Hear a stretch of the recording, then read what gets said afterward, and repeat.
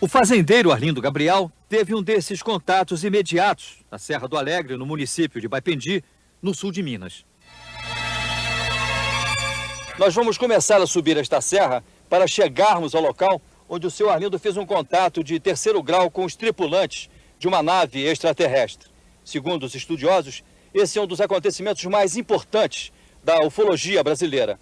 Nós vamos caminhar mais ou menos umas 3 horas para conseguirmos chegar a esse local. Vamos lá então, por favor. Nós fizemos essa caminhada em companhia do ufólogo Ubirajara Franco Rodrigues, que acompanha esse caso desde o início. Percorremos a mesma trilha que Arlindo utilizou com 2 outros companheiros no dia que ele disse ter observado os estranhos no alto do morro. Foi aqui, depois de caminhar quase durante 2 horas, que o senhor Arlindo se separou dos outros 2 companheiros com os quais veio caçar no alto da serra. Cada um seguiu por um caminho. O que foi que aconteceu com o senhor quando o senhor ficou sozinho? Quando eu fiquei sozinho, eu entrei num mato grosso e saí numa roda de campo.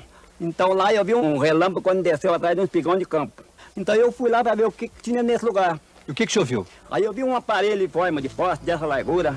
Tinha 2 bracinhos dos 2 lados e em cima também tinha uma bola grande. E essa bola estava acendendo vermelho e branco sem parar. Depois, o fazendeiro nos levou até o local onde ele disse ter visto e fotografado os objetos que pousaram a pouco mais de 200 metros de onde ele estava. Quando eu disse mais para baixo um pouquinho, desceu outro. Desceu um aparelho feito uma piorrinha, desceu assim no chão, na ponta dessa parede tinha feito uma espada. Desceu e fincou no chão e parou. Parou e esse aparelho tinha uma hélice em cima e estava girando assim, dava aquela volta maneirosa e estava girando. Então eu virei o filme e tornei fotografar o aparelho. E fiquei quieto.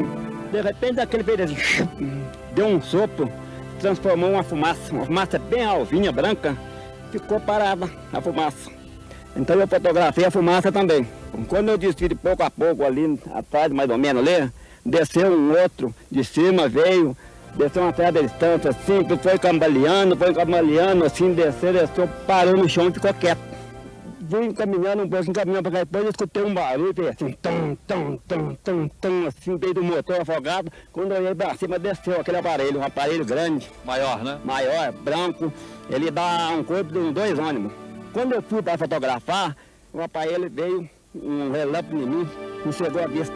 Eu fui esfregando a vista de pouco a pouco, fui esfregando, quando deu de abrir a vista, 2 homens baixinhos me pegou um de um lado e outro do outro. Quando eles me pegaram, essa hora eu fiquei assim, meio violento. Aí eu falei para ele, pelo amor de Deus, me solta, eles não largaram não. Ele disse assim para mim, em Deus nós todos somos irmãos, nós não fazemos mal a ninguém.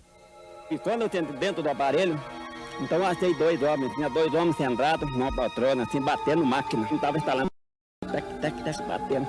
Tinha um cômodo do tamanho de um banheiro e tinha um aparelho repartido em 2 partes. Tinha uma tela de um lado, outra tela de outro. Você vai lá, vai, aperta um botão assim, acendeu aquela lente. Acendeu perfeito aquela lente, eu vi. Então ela fez a explicação, apareceu a lua, ela disse aqui é a lua. Apareceu para cima o sol, ela disse aqui é o sol. E apareceu do outro lado uma mancha. Não parecia se era a terra ou se era a luz, era uma mancha esquisita, feita uma gema de ovo.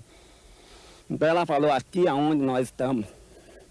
Nós viemos aqui e voltamos com poucas horas, mas é de acordo com a rotação da Terra. A nave sumiu, mas deixou algumas pegadas no chão. Essas marcas foram depois analisadas pelo grupo de pesquisadores, chefiados pelo ufólogo Ubirajara Rodrigues. Um dos moldes em gesso trata-se exatamente desta peça, que nós tiramos no local, que é uma disposição trapezoidal de 16 furos e cujo teste de peso demonstrou que seria necessário um peso simultâneo de 2,5 toneladas para fazer as 3 marcas em tal profundidade, tão simetricamente como ficaram na época. O Ubirajara guarda em casa uma outra lembrança desse contato. A máquina fotográfica que o fazendeiro usou para documentar o aparecimento dos objetos. Segundo ele, o mecanismo interno da máquina foi carbonizado pelo calor provocado pelo excesso de luz gerado pelo avistamento. Outra lembrança desse contato foi a sacola de pano do fazendeiro que teria sido levada cheia de mantimentos pelos extraterrestres. A sacola foi depois devolvida vazia, com caracteres não identificados estampados no pano. Vocês conseguiram traduzir ou tem-se uma ideia do significado dessas inscrições que apareceram impressas nesse embornal? Em termos de tradução, nós não temos nada.